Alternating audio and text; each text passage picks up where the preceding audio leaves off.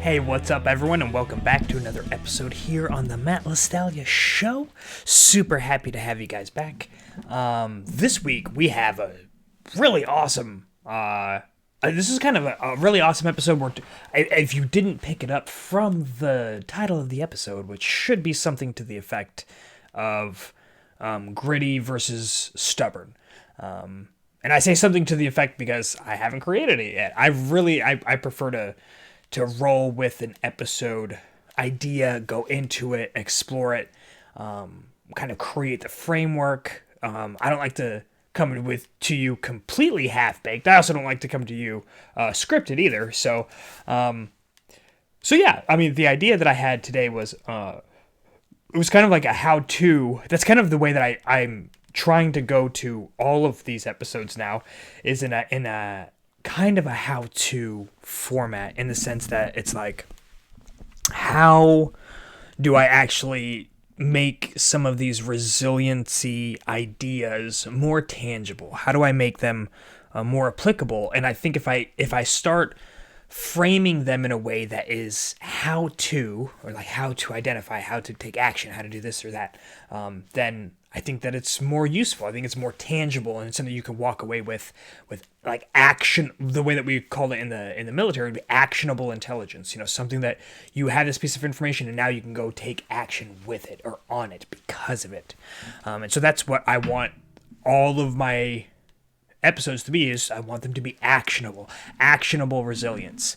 And so, yeah, that's the idea. But today, like I said, it's going to be this concept of gritty versus stubborn. And so this would be the first episode that I've ever done this way. And so I'm really excited about the idea. I've pulled kind of a series of stories that I want to run through with you guys and gals. And I wanted to, I almost like do kind of like a mystery. So I'm going to explain to you kind of my thoughts on stubbornness and grittiness and what's the difference, and briefly, and then I'm going to dive into kind of giving you these brief little stories of these different examples of people that might be considered stubborn, might be considered hard-headed or obstinate, and might be considered gritty. And so we can kind of, and I'm not going to give you my thoughts or opinions on it until after I've told you all of them, right? And so, because I want you to ponder, I want you to think, because that's what we do here, man, right? We think, we come here and we think and we explore and we have a good time. So let's get to it. So basically, the first thing I wanted to do was to kind of break down what, like, kind of, since you know me at this point, like if when you know that I'm diving into a topic, the first thing I always like to do is define my terms, because I really believe that so much frustration and conflict exists in the world simply because we're not communicating clearly. We're not being patient, and we're not developing our definitions in the open marketplace of ideas, if you will. We're not, so you and I can be talking past each other very quickly if we're not in agreement on what certain things mean. Like, you might say free, and that might mean something different to you, and I might say free, and that might mean something different to me. Like, I have a personal tell a personal story here of struggles that I have. So, of all things to like let get in my way and get distracted by, I will get distracted and I will mess my life up over stupid games on my phone.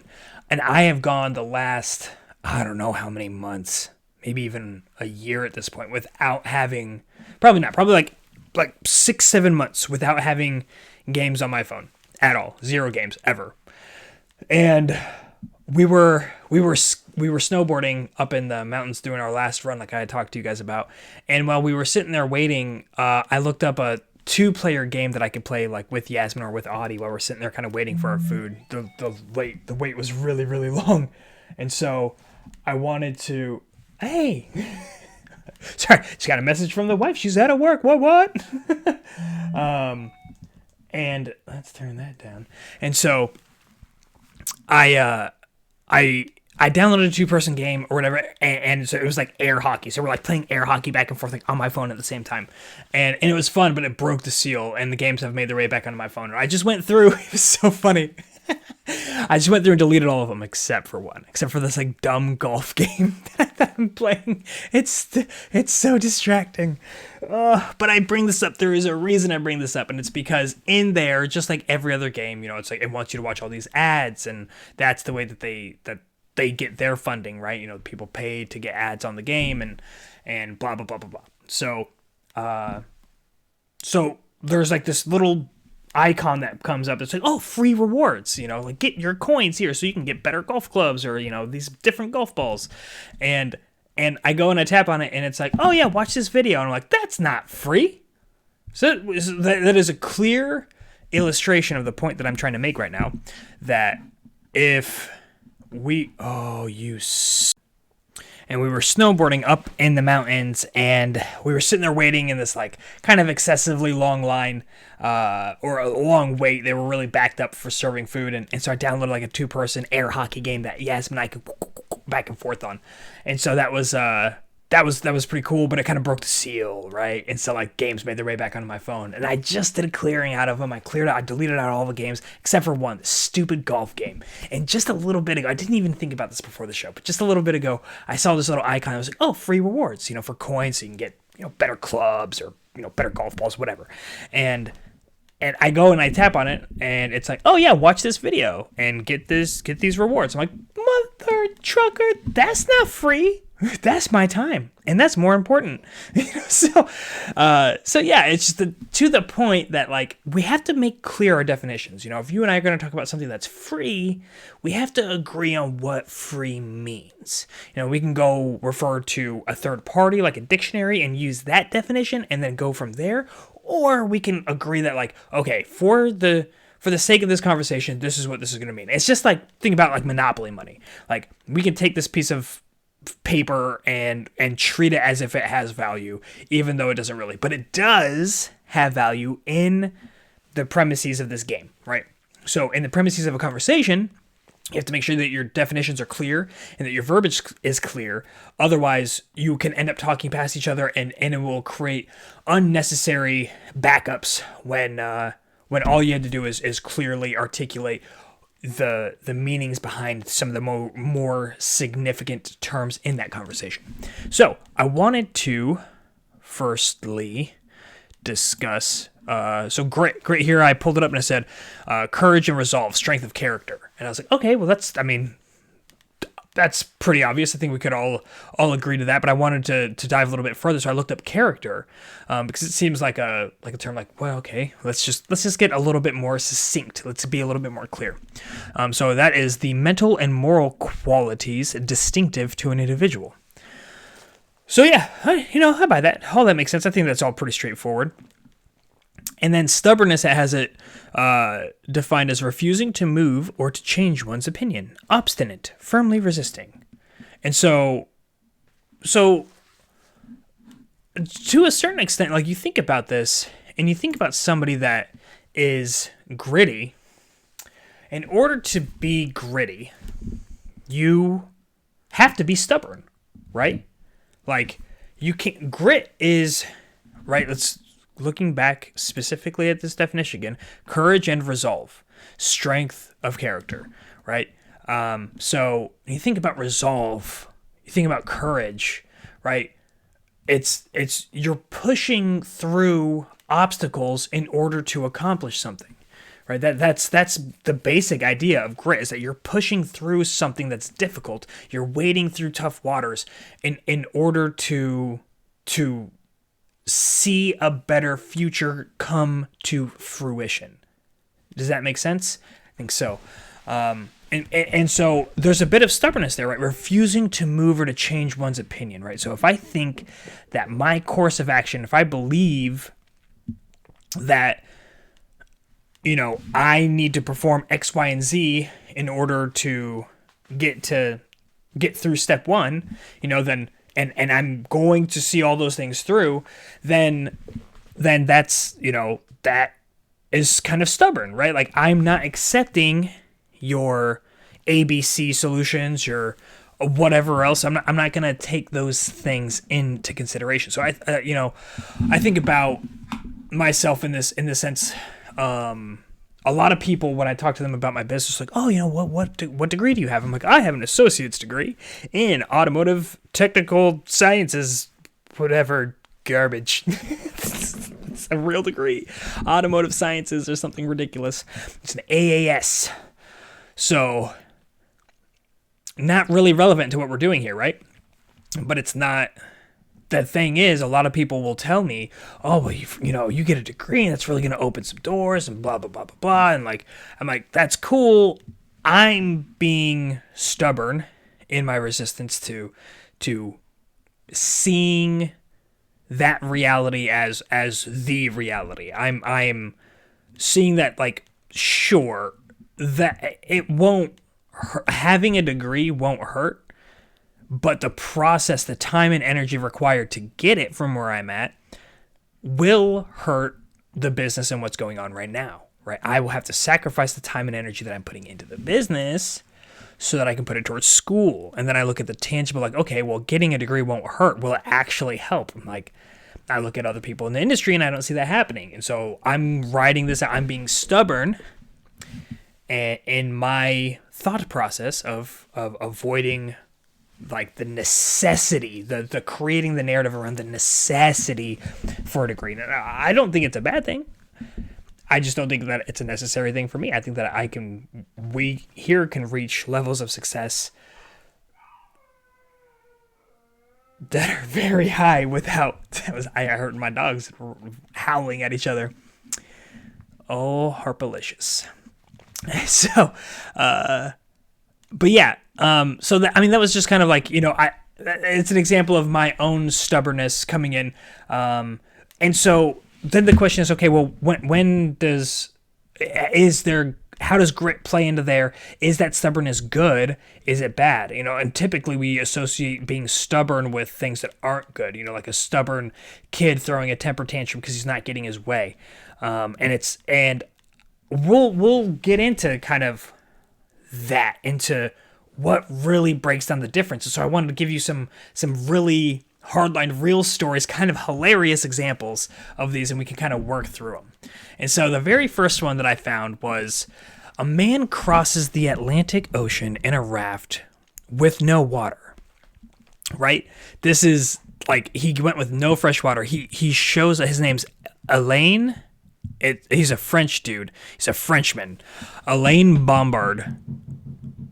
And he survives with a sextant and a harpoon. And I don't even know if he left with a harpoon. I think he made it out of stuff that he had with him. I don't know. He might have left with it. We'll even say that. He left with a sextant, a harpoon, and no fresh water in order to cross the Atlantic Ocean. So why would he do this? He did it because there were a lot of people sailing across on ships, and there were a lot of people dying, and so they're looking at, like, passing all these regulations and these laws in order to save these people's lives. And he comes out and he's like, this is ridiculous.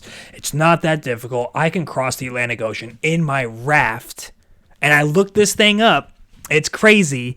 It is like, it's not like a wooden raft you saw in freaking Castaway, but it's like just like a real little boat.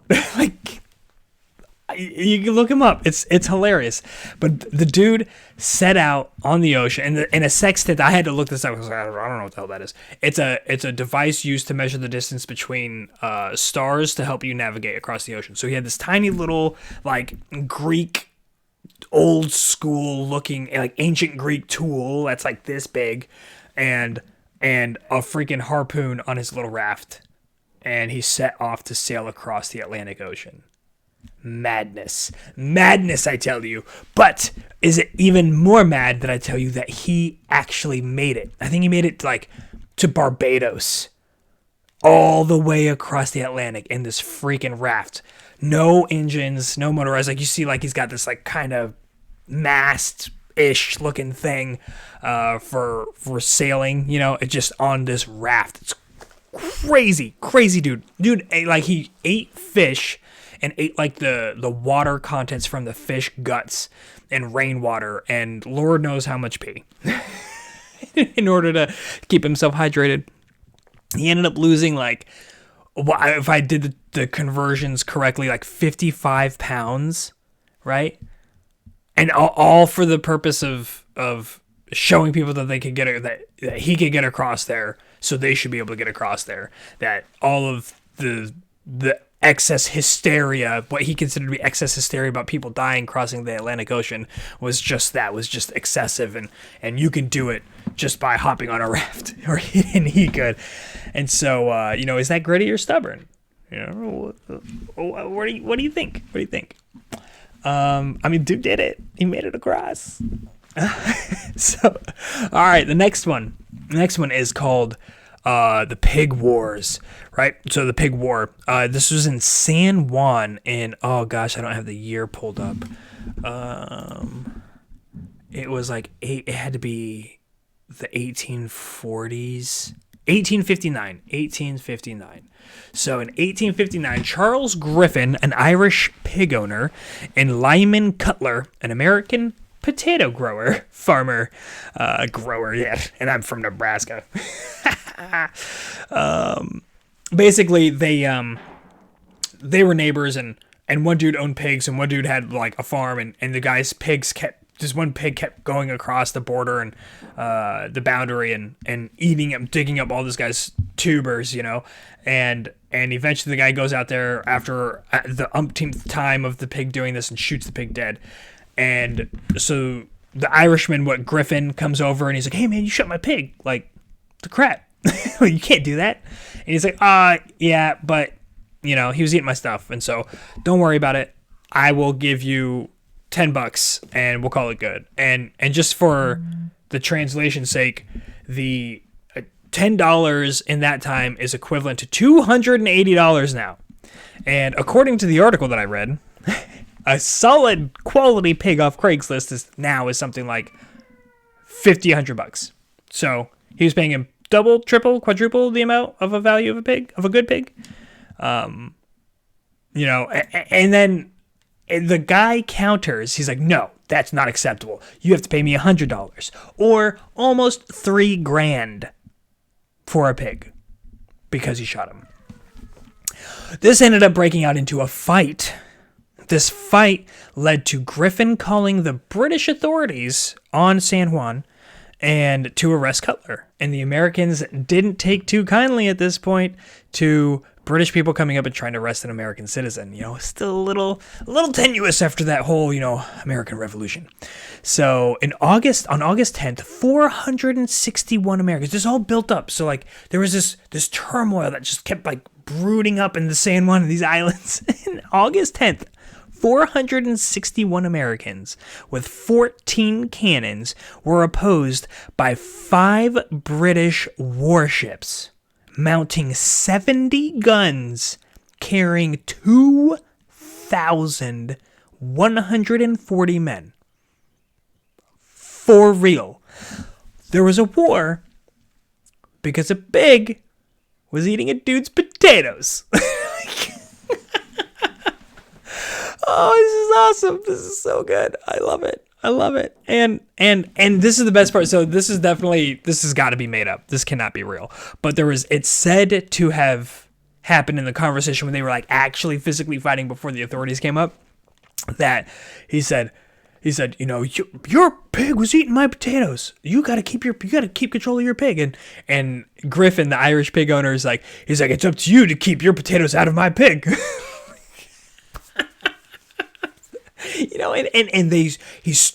Griffin stuck with his guns, refusing to accept the bargain of $10 for his pig, $280, and stuck with his guns. Didn't want to be taken advantage of for his pig getting shot. Gritty or stubborn? I don't know, man. You tell me. Gritty or stubborn?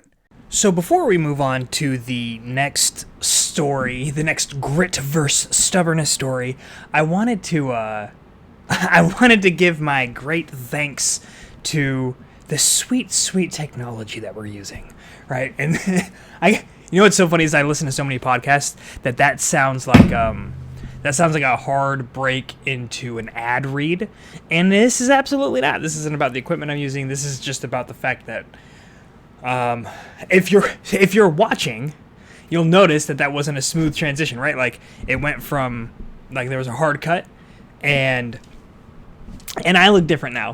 So I have a haircut. You know, I don't know if you're able to tell because I got the headphones on. But like that, smooth, slick, very nice stuff. And if you're not watching, if you're just listening, then poo on you. Come join us at YouTube, man. Matt Lastalia, you'll find me. Anyway, so I wanted to say that like I was able to take a real hard break.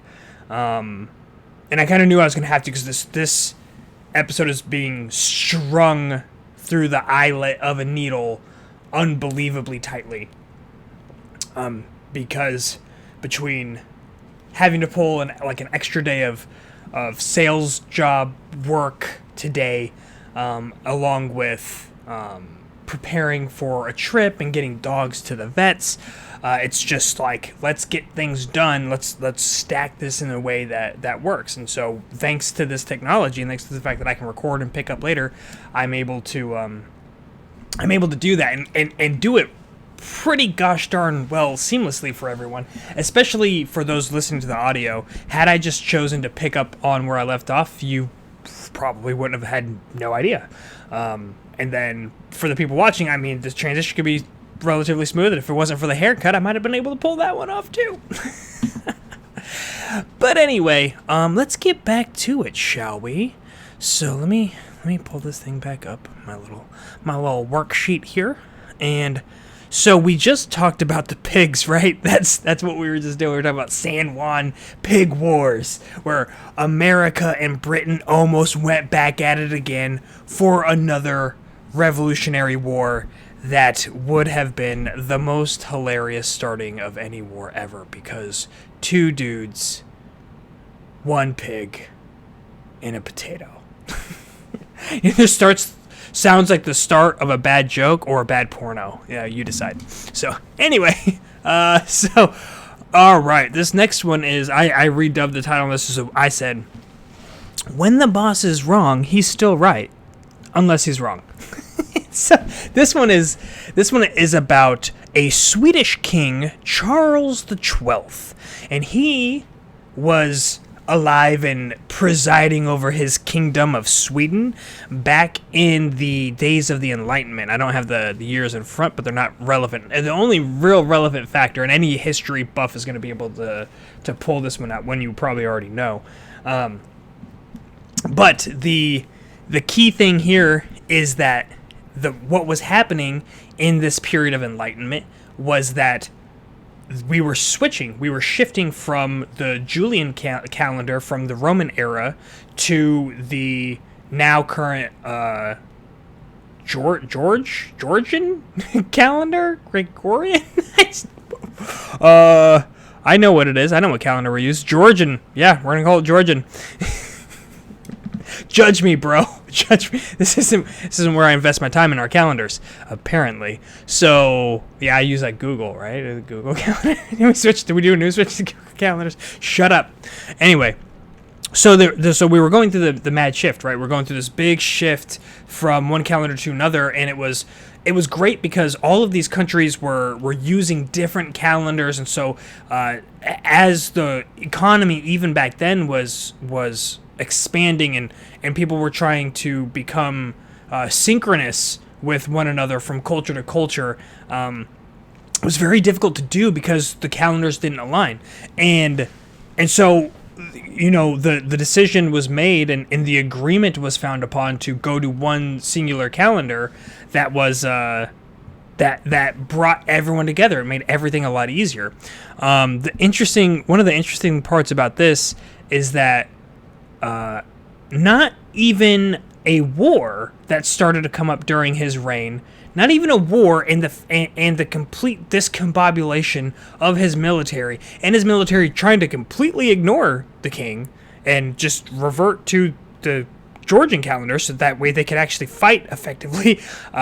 Not even that would deter old Charles, old King Chuck over there, Mister the 12th. So he stuck with it. He stuck by his guns, and man, oh man, did they stick with that calendar for a pretty hot minute. It was like 50 years, and part of the plan when they were going to war, he was like, listen, no, we're so significantly not going to go with the plan that I'm going to come up with this 12-year plan where for the next 12 years, February is going to have 30 days. And that way, at the end of that period, then we'll be all caught up and everything will be the same, essentially, was his idea. And the generals in the army were like, this is dumb. But even with that, even with everyone recognizing it was dumb, with it hindering their ability to fight a war, that calendar persisted in Sweden for 50 years. Gritty? Stubborn? Why? That's the one thing. As we're going through these stories and you're hearing them, I want you to ask yourself why you're assigning a particular value of one or the other to these. Is it you think that something is silly and thus it is stubborn? And then when something is not silly, it's gritty? Does the outcome matter? Does your perception of what is silly and what isn't matter? It's something to ponder. All right, let's move on to the next one, shall we? All right, so this next one is actually it's interesting because this is the one of the stories that I found in my research so far that I had actually heard about before. It's this lady whose name was Jean Calment, something like that. And if that name is ringing a bell for you guys, it very well could, because she is technically I guess I don't know how technically, she is potentially, let's say it that way, the oldest human being ever to live. At an age recorded of 122 years old, and that's the part that's in debate. Is I remember hearing or learning about some research. It's not really relevant that puts her date, her age in contention, in question, if you will. So that's really neither here nor there. The fact is that she lived to be pretty gosh darn old either way. So how does Jean Calment? It's not simply that she was too hard-headed or gritty or stubborn, up for you to determine, to die. It wasn't just that. No. Jean had an extra special characteristic about her. When she was 22, she actually picked up a pretty nasty habit, and it was smoking. Right? So the oldest person ever to live was a smoker, and she refused to quit smoking, get this, until she was 119 years old. Yeah, talk about if I'm a cigarette company, you know who I'm bringing on as a spokesperson. And then this freaking lady somewhere in the last couple of years of her life ends up putting out a rap album. I mean, hey, live it up, do your thing. You're the oldest one, maybe. but here's the part that's interesting. Here's the part that stuck out to me, was that she didn't quit when she was 119 because of health reasons or anything that you might imagine like that. It was more like she didn't like the idea of relying on somebody else to light her cigarettes for her. For real. That's the for real reason. She would not accept the idea that somebody else had to do it for her, and so she quit smoking at 119 years old. Still hung on for another 3 after that. Who knows how long she would have lived if she would have kept smoking. If she would have let someone light those cigarettes for her. Oh, lordy, lordy, lordy. How good is that? Oh my gosh, this is potentially my favorite one of the comedic fronts. This next story, this gentleman's name is Albert Johnson. Albert Johnson, I have him labeled as the real-life Rambo.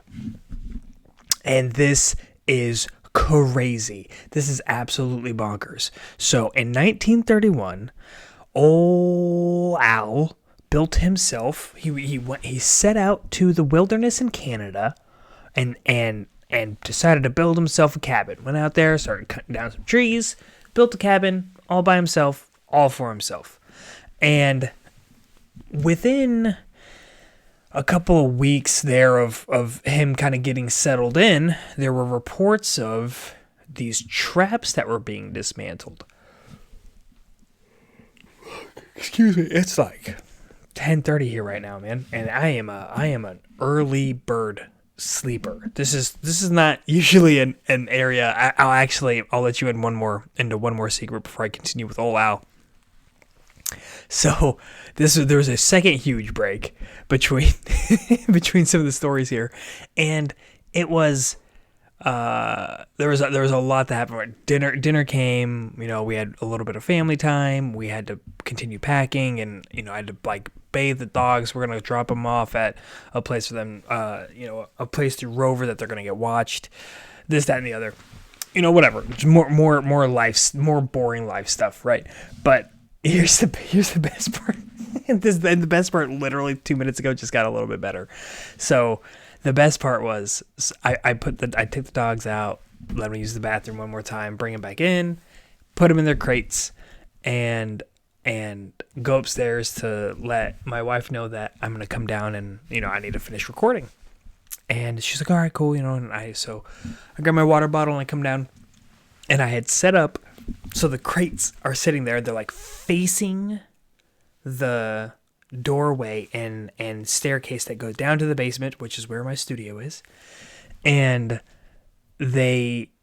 and Moose, oh, Moosey Bear, I love this dog. My boy, the male Newfoundland, he does not like being in a kennel. And he especially doesn't like being in a kennel when he knows that you're around. And so he likes to hoop and holler, and it is something special. So I knew this, and I knew, so when I set myself up, I closed the door to it, or I angled it close so that way it kind of cut off his vision as I came in.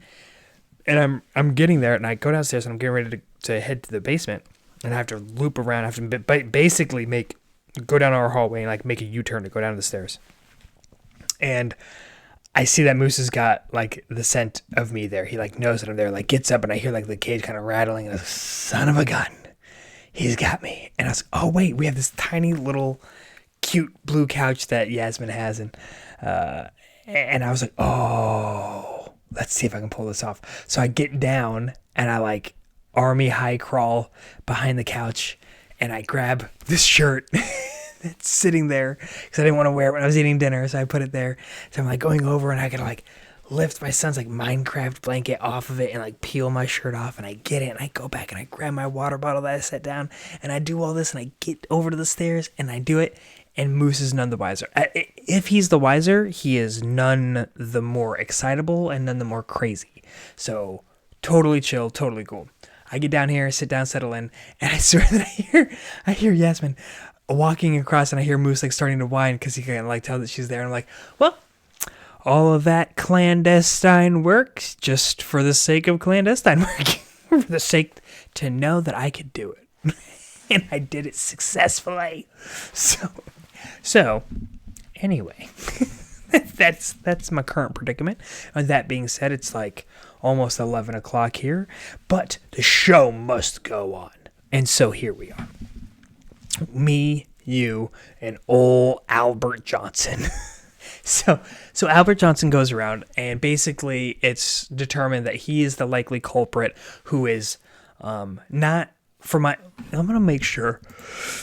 I think he was disarming traps. I think that's what was going on. Let's see. Where are you at, old Al?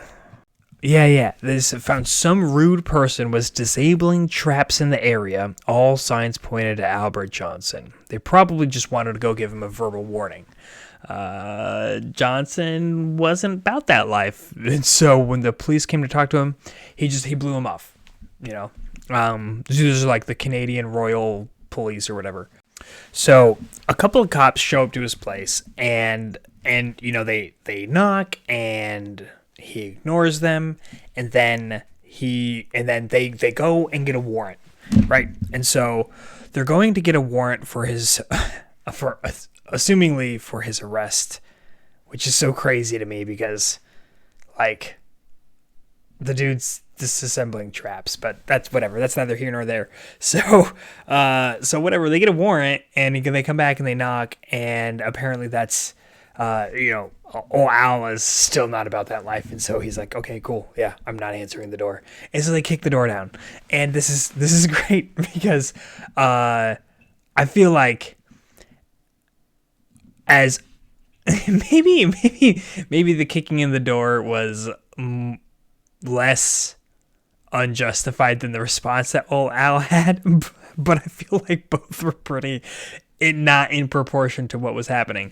So he disassembles traps. They get a warrant and kick down his door and break into his property. In return, old Al opens fire on these guys and sends them scurrying away, tail between their legs, right? They go back and they round up here. I want to pull this up because it is hilarious. So, fed up. This is the article, reading directly from the article. This is a Lulz, LULZ.com / most stubborn people in history. Now, don't let the stubborn in that title, mess with your thoughts about these people. Just because lulz.com says they're stubborn doesn't necessarily mean that they're stubborn. Perhaps they're actually gritty. So, fed up, police organized a party of 9 armed men, 42 angry dogs, and a load of dynamite. Now, I don't know how they checked that all these dogs were truly angry. And I also don't know how much is a load of dynamite. But I'm assuming it's not a little bit. Interestingly enough, the next thing they do is they take the dynamite, they put it to good use, and they blow up his home, like you do. And Al, only to discover Al tucked away safely in a hole in the floor, right? Like a gosh darn champion. Man, I'll tell you what. I love me some Al Johnson. He's one of my favorite people ever at this point. So they find him there, and they are still unable to subdue him. They're still unable to subdue him after 15 hours of gunplay. Now, I don't know when the last time it is that any of you guys were in a life and death situation, or in any sort of high stress situation. I'm guessing it probably wasn't for any sort of extended period of time. When's the last time that you did any one thing for 15 hours? How about 3 hours longer than an entire half of a day, right? And so now you're saying that Al Johnson fought off 9 cops, armed to the teeth, guaranteed after what has happened. 42 angry dogs, just lighting dogs up, for sure. His home gets blown up, and he's just, bring it on. But wait, it's not done. The story's not over. Al keeps going. So, by this time, right, like everyone in the area starts becoming aware of this legend of Al Johnson, and they decide to form this posse that they need to go root this guy out. And so They do that, and they end up chasing Johnson through the woods. Johnson still managed to back them off, shooting a constable through the heart. Maybe that's not funny, but the Royal Canadian Mounted Police blocked off the area and enlisted natives to track Johnson. Despite all this, Owl still managed to scale a 7,000-foot cliff. For real. And then he built himself a new hideout on top of that cliff. Oh my God. Oh, Al Johnson. Oh, Al. Yeah, God, man after my own heart. If you're going to go down, go down big. They enlisted an airplane to go scout out that area, find his location, relay it back to like a battalion's worth of freaking people at this point. They went up there and finally got him. I don't know if they ended up killing him. I'm assuming that's what happened, but holy goodness, that is legit. I am a fan. So now there's a couple more that I wanted to bring up in this idea, because there's some were cool, fun stories. And you know what? Let me go ahead and I'm going to give you my breakdown of what I thought here. Right. So when I was reading The Man Crosses the Atlantic Raft with No Water, right? I labeled this as stubborn, and I labeled this as stubborn because I don't think. Here's what I really had to take into consideration, right? Well, like after listening to these, like, how did you tell the difference? You know, can you analyze why you chose grit for some and stubbornness for the others, based on what you've heard so far? Like, what's the consistencies? And that was what I tried to pick out in myself. Like, okay, what I was marking down, like, okay, do I think that this is stubbornness? Do I think that this is gritty? And so one of the first things that came up in my head was whether or not they had been successful. Like, did that play a role in my calculation, in my mental calculation? And this really went out the window with King Charles XII, right? Because ostensibly he won. I mean, in the end, they did end up switching the calendar, but in the end was 50 years later. Right, I'm assuming this is after he's dead, right? Like, so if that calendar was not changed during his lifetime, that's a win for King Charles. And I'm labeling Homeboy in the absolutely stubborn and not gritty category. But why, right? That's the next question. And so then I thought about intention. You know, like, is the intention the key piece here that really matters? And old Al running through the woods fighting off the Canadian royal authorities and Elaine Bombard, our Frenchie from the raft, they really remove this from the table in my estimation, because, you know, when you think about Al, like, his intention wasn't like noble, it wasn't for a greater good, and really, I mean, maybe it was. The thing is that we don't know. All we know is that his reaction seemed out of proportion with the situation at hand. And so, whereas that can be, oftentimes that's a gritty thing, and you still, like I said, you have to exhibit functions or facets of stubbornness in order to be gritty. Like, grit doesn't really occur without at least a hint of stubbornness. So that's always going to be there. It's not necessarily always the other way around. And I think that really what this comes down to is more of like the deeper level intention, like the purpose, right? So I can have an intention, I can intend on doing something, like I can intend on, like, Alain, I don't know how to say this. It's Alain. Alain Bombard, the French guy.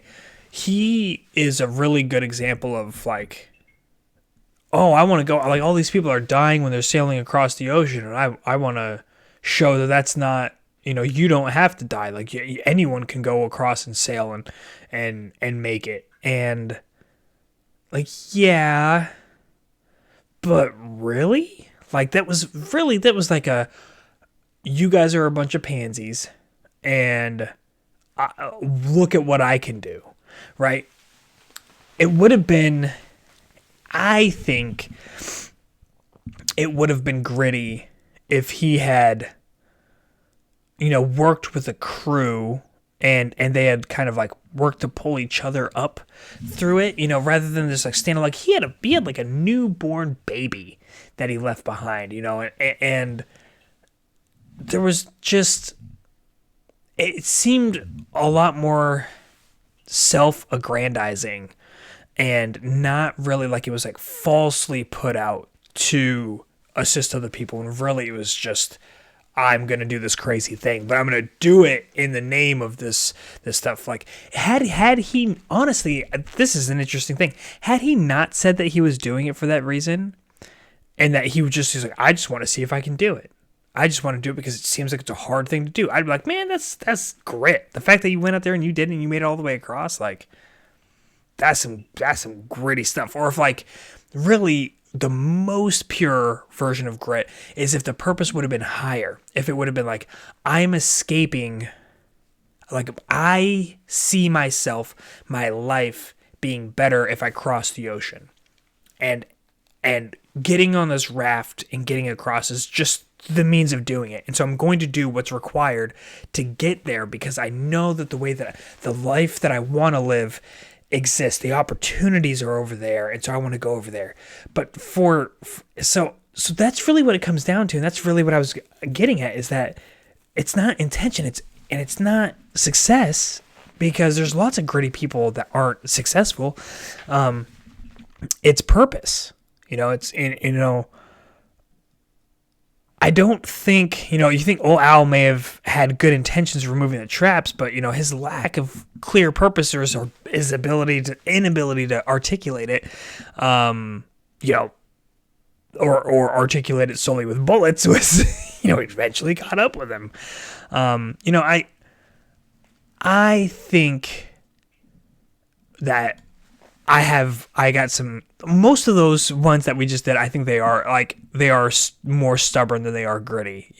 I look at Al Johnson and I put like 20% grit, 60% stubborn, and then another 20% grit there at the end. Like, so he is probably the closest one. But when it came to, and old Calmet, Jean, I put her as gritty. I put her as gritty as well. And then the boss, King Charles, stubborn.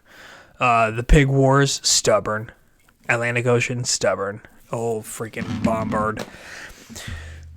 So, but there are three stories that I wanted to share real quick that are a little bit more gritty, and I think that you'll pick it up on that based off what we just talked about, right? Think about Henry Ford, right? Before his Ford Motor Company took off, he had actually tried out a bunch of other types of businesses, and they all failed miserably.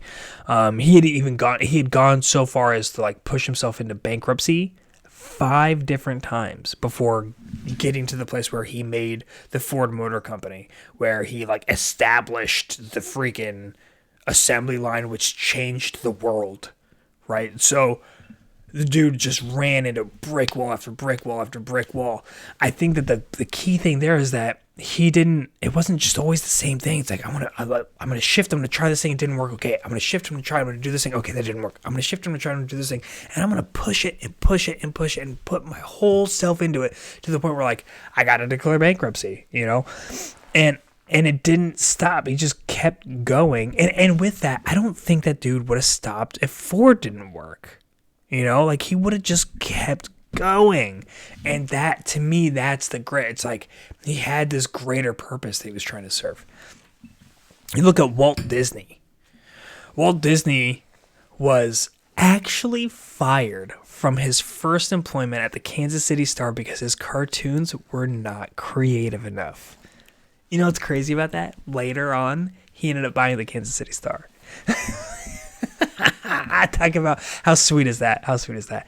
I got Steven Spielberg here too, legendary Hollywood director whose movies gross millions at the box office. Blah blah blah blah blah. Interestingly, Steven was rejected from the Southern California School of Theater, Film, and Television a total of 3 times. So he reapplied to that school 3 different times, rejected every time. But he kept going. He went on to enroll at California State University at Long Beach. Like, okay, can't get in there. I'm going to get in where I can get in. Get it where you can. And it said after some time, he dropped out and decided to teach himself how to direct.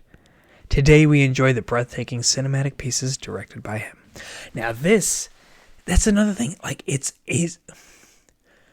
the things that he was being rejected by were means to an end.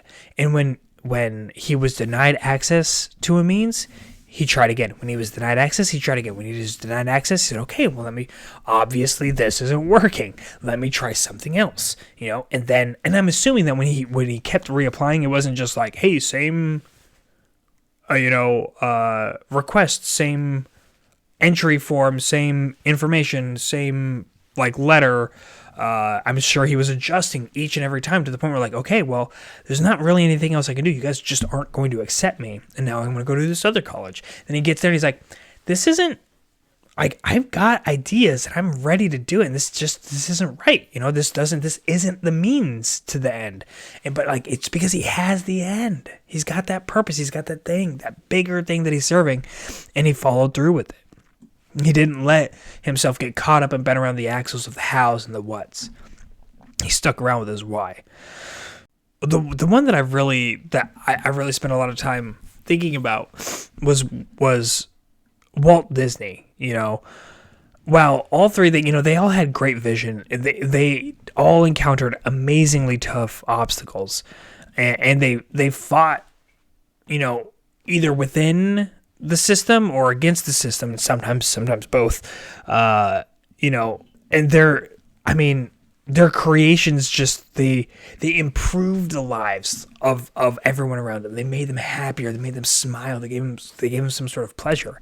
It's very exciting, and it was all serving that purpose. And now you might be saying, well, I'm no Walt Disney. What a ridiculous comparison. How is this relevant to me? Talking about freaking Walt Disney. I'm like, let's not forget that he was fired, right? He was fired for his lack of creativity. And he was also so terrible with money and business that he would have sunk any potential business in the ground. As a matter of fact, he did. He had to declare bankruptcy on his first studio because he was so awful at handling the business. He had to bring in his brother, Roy Disney, to handle all the business side of it. Roy was such a significant part of Walt Disney's success. They would not have been possible. They co-owned Disney together. Absolutely incredible stuff. And when you think about Disney, when he was drawing, he started drawing really young, and people saw a lot of talent in him to the point where he was 7 and people had purchased drawings of his. And it's an interesting thing. It's a very interesting thing because I really disdain, and I didn't know that I disdained it. I learned to disdain the word talent and not skill. Talent and genius and natural. And it was really, I've read this book by Angela Duckworth, I believe her name was. I hope so, because it's the same name of the dude who spurred the Mighty Ducks in the Mighty Duck movies.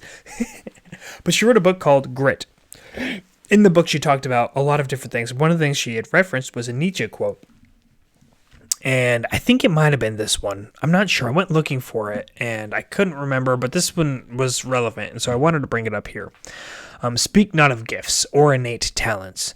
One can name all kinds of great men who were not very gifted, but they acquired greatness, became geniuses. And now, that's not to say that talent and genius doesn't exist. It's to say that there are so many. It's what we do is that we remove our agency when we're like, oh, he's just so talented. Oh, he's just got so much natural ability. Like, where did that come from? And it was an interesting thing because when we do that, we're, like I said, we're removing our agency and we're saying that like, oh, well, I'm just not talented like that. Like, oh, how could you compare me to Disney? I can never draw like Disney. But Disney's cartoons aren't that crazy complicated. They weren't that insanely, complex where you couldn't draw it. I mean, anyone could draw Mickey Mouse, Now he gave his characters character, and that's really cool. But again, that's things that people do all the time. It's just, it was right place, right time, and he was creative, and it was great. But like, you think back to when he was selling those drawings at 7, like, think about what happens there. When you're 7 and you draw and somebody purchases your drawing, like, it's reinforcing that. You're like, oh, that's something that's like, that's really interesting. And they were growing up in like a really crappy part of Chicago. His family had to get up and move and get out of town, go down to like Missouri, I think. Ended up moving up to Kansas City a few years later, and just, they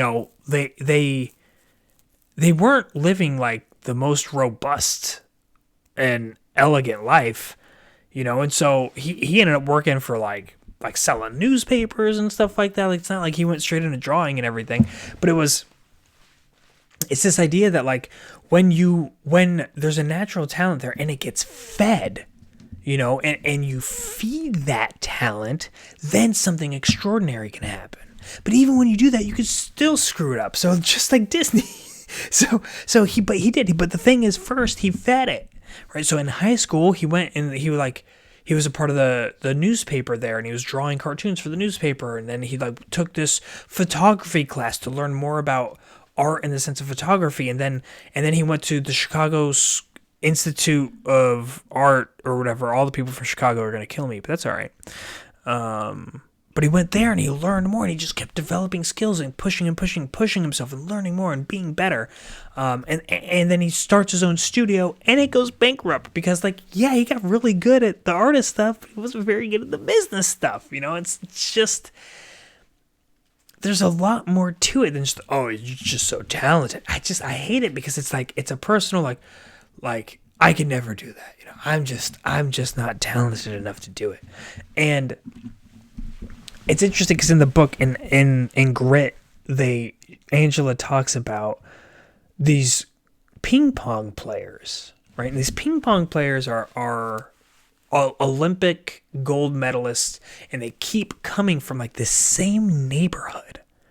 It's so weird because you wouldn't think that like this bug of amazing ping pong tennis playing would come from a centralized like suburb, but it did. It was all from there. Like, okay, well, how does that work? Well, it turns out that the kids there like all played ping pong, but they played there with dudes that were like professional ping pong players. And so there was kids that got interested in it at a very young age. When they showed, they're like, oh, wow, like that kid's really good. And when they're getting that praise and compliment and counseling and coaching and mentorship from professional former ping pong tennis players, then that gets reinforced, and it's this self-fulfilling prophecy that continues to happen. And there's just like this culture in that neighborhood that like when the kids are walking down the street, Angela, I think that she had went there and like, she's like, you go down the street and like all the garage doors are open and everyone's just playing ping pong, and it's just like, that's the thing that happens there, and so you have this culture of ping pong, and you have all of these amazing, like great gold medalist ping pong player, and these all the really good skilled guys that maybe aren't Olympians, but like everyone's like really good and really enthusiastic about it there. Like, it's going to cultivate that, and the people that are good at it are going to be identified, and they're going to have a chance to really hone their skills. And that's what continued to happen. It was like, yeah, they're so talented, yeah, but the talent was refined. And it was identified and refined and given the time and the focus and the ability to give it the energy to actually develop into something beautiful. It's absolutely something that I think that we can lose sight of when we throw and disregard things to the side as oh, it's just, they're just so talented. It's just an incredible genius. I like come on, get over themselves. Like, you need to get over it. You need to get over your own personal barriers that you're putting up, because that's what they are. There's enough barriers out there, man. You don't need to be putting up your own like that. And so, to the message of this episode, how do you know here, right? How do you know when you're being hard-headed or stubborn or obstinate versus being gritty, displaying perseverance and determination? I really think that it's purpose, right? I am convinced at this point that it is all about purpose. Is your purpose being driven from within you, or is it being spurred by your reaction to something? Right? I think that's where we get in, because when we're spurred as a reaction to something, then we kind of dig our heels in and we get stubborn and we can get kind of silly about it. But when it's coming from within, and when we're like, I see this vision of something, I want to create this thing, then it turns into something different. So the Frenchie Bombard could have been said to have had great purpose, to show people how they could survive and how it could be done. But in reality, it was, like I said, it was more like, you guys suck. Let me show you how it's done. So yeah, he completed the mission, but with no real higher purpose. Just to show everyone how awesome you are and how much they're terrible. That's hard-headed. That's stubborn. That's bullheadedness. Impressively bullheaded, for sure. Way more badass than anything that I could do. But I'm sorry, Elaine. You do not get the real resilience stamp of great approval, bud. I apologize. Walt Disney, absolutely. And just because people got faults, like, we could sit there and tear apart every single human up, down, left, right, sideways. It was a gritty dude, man. It's a gritty dude. Steven Spielberg, gritty guy. Absolutely gritty. Bill Gates, that's another one I didn't even tap into. Bill Gates has got a great story you guys should definitely look into if you're not familiar with his. Super, super gritty. But I think, the whole point is that I want... There's a big piece of this that's about purpose, but you can also be stubborn when you have great purpose. So there's two levels here. Find your purpose, pursue your purpose with no shame in your game. Actively and aggressively pursue it. Put it as the priority. And second is, you need to bake in like assessments of what you're doing. Like, you need to bake in reflections on the work that you're doing. Because if you're just blindly pushing forward and you're not looking at what you're doing to see if you're actually making progress, it's like deciding that you're going to work on wood, and you're going to keep cutting. You're going to keep working on this project, and you're going to keep cutting wood, and every time that you cut this piece of wood, you cut it wrong, and you cut it wrong, and you cut it wrong, and you cut it wrong, and you're like, I don't know what's going on, man. Like, it's really weird. I'm just super gritty, super determined. Like, I'm going to keep cutting this one. I'm going to keep cutting the wood. I'm going to keep cutting, and it's going to keep working. I'm like, yeah, you got to reassess, man. You got to take a look at it. Grit is, to me, it's almost like, I look at stubbornness as like insanity, right? You're doing the same thing over and over again and expecting kind of different results. I look at grit as like, it's not about doing the same thing over again. It's doing actions for the same reason over and over again in order to try to achieve different results, different positive results that get you to that end. That's why I think that this is all about purpose. So I want to thank you guys so much. I appreciate it. I hope that this episode was enjoyable. And if it is, please please subscribe. We are growing here every week. It is a beautiful thing to see. Please invite your friends. Please invite your family. I appreciate all the support. You guys are insanely kind and wonderful human beings. And I cannot wait to come back with you again here next week. And actually, it won't be here. It's going to be in Florida, son, because that's where we're going on spring break. So I'm going to go down there and we're gonna catch a little Matt LaStallion show from the beautiful sunny beaches of California, of Florida. Until then, I love you guys. Take it easy, be good, and I will talk to you soon.